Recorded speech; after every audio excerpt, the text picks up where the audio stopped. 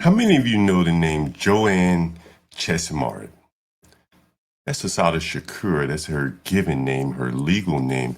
I read this tweet here. I'll share it on the screen here.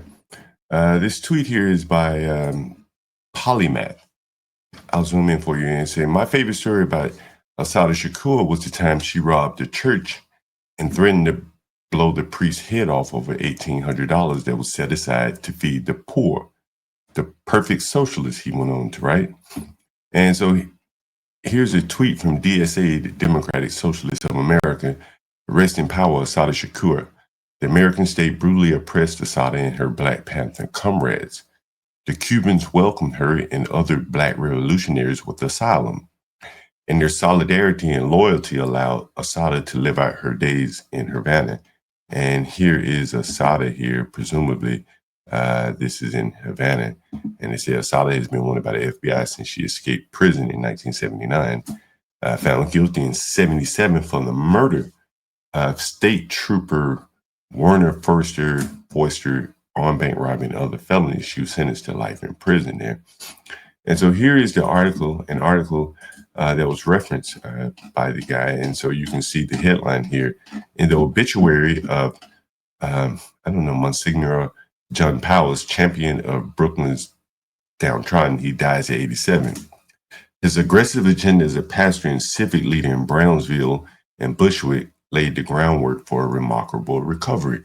Brownsville is a fairly poor area in, I think it's East New York, close to East New York there. And so if you Google for Chesimard's name here, you will see it says, people didn't always respond that way. One morning in 1972, JoAnne Chesimard, that would be Assata Shakur, and two other members of the Black Liberation Party forced Father Powers at gunpoint to open a safe and hand over $1,800 in bingo money.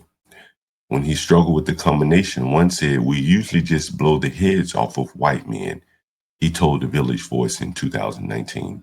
"I guess I was lucky." He later became active in an organization of progressive priests called Voice of the Ordained. Article from the Village. Here's the article from the Village Voice here, where it talks about him being robbed. And so this looks like it was at a school board meeting here, and the pertinent part of the article is highlighted here. Among the radicals was a trio who arrived at presentation one evening asking Powers to write a letter. Powers was the Monsignor there, for a job-seeking relative just out of jail. Quote, "I look up and they had 345 automatics pointed at me," end quote. He was ordered to open the church safe with his $1,800 in bingo money. "Twice I couldn't open it," one of them says. "We usually blow the heads off of white men." The safe finally complied. Powers was gagged, hooded, and locked in a bathroom. When the police arrived, they showed him pictures of likely suspects. He recognized one of the robbers. It was Black Liberation Army leader JoAnne Chesimard, aka Assata Shakur. I didn't know her, but I had heard that a few weeks before she and others had robbed and killed a white real estate broker on Howard Avenue. I guess I was lucky. So you see here that the New York Times did not mention that she apparently robbed and killed a white real estate broker, nor did they mention the name Assata Shakur.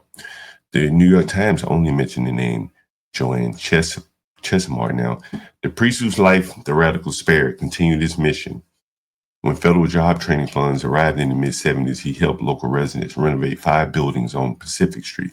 I live not far from Pacific Street. A few years later, organizers from the Saul Alinsky-inspired Industrial Areas Foundation were invited into the neighborhood. Powers helped found what eventually became East Brooklyn Congregations. Leaders hatched plans for hundreds of one-family and low-cost homes to be built on East Brooklyn's vacant, rubble-strewn tracts there. And anyway, so this is JoAnne Chesimard, or as she is affectionately known as Assata Shakur. She robbed the church for bingo money. And we talked the other day about how she was once honored with a mural at Marquette University. And a lot of people are lauding her as a hero on her death while denigrating Charlie Kirk.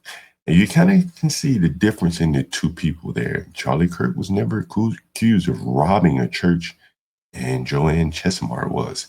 Once again, thank you for joining here. I am John Galt. I hope you enjoyed the stream. Make sure you like, share, and subscribe. Thank you.